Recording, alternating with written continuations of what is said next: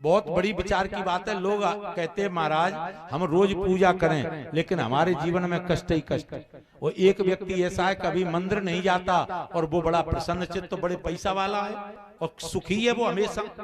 इसका कारण वो आप समझ लें, ये कर्मनली हर व्यक्ति के पास देखें इसे, कर्मनली लेकर के आता है यानी भाग्य।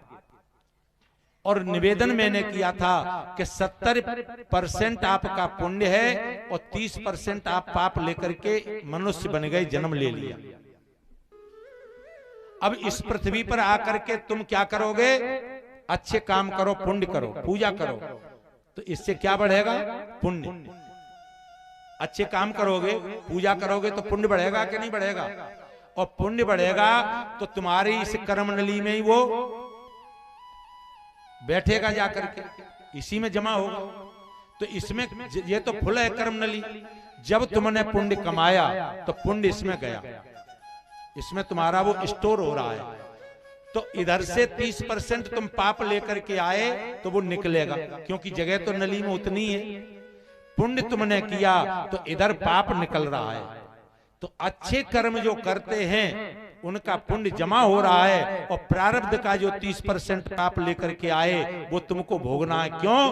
कि काऊ न को सुख दुख कर दाता, निज कृति कर्म भोग सब। अच्छा करोगे तो अच्छा भोगोगे और बुरा करोगे वो तुमको ही भोगना है, तुमने जो प्रारब्ध में किया था। अब अच्छा कर्म करने वाले को बुरा मिलता है, ऐसा क्यों? कि तुम प्रारब्ध का जो पाप है उसे भोग रहे हो, इसीलिए तुम्हें बुरा दिखाई दे रहा है। अब दूसरा इसका विपरीत देखिए, मनुष्य योनि मिल गई और कभी भगवान का नाम नहीं लिया, बुरे कर्म में लग गया, झूठ बोलने लगा और फिर भी वो सुखी है।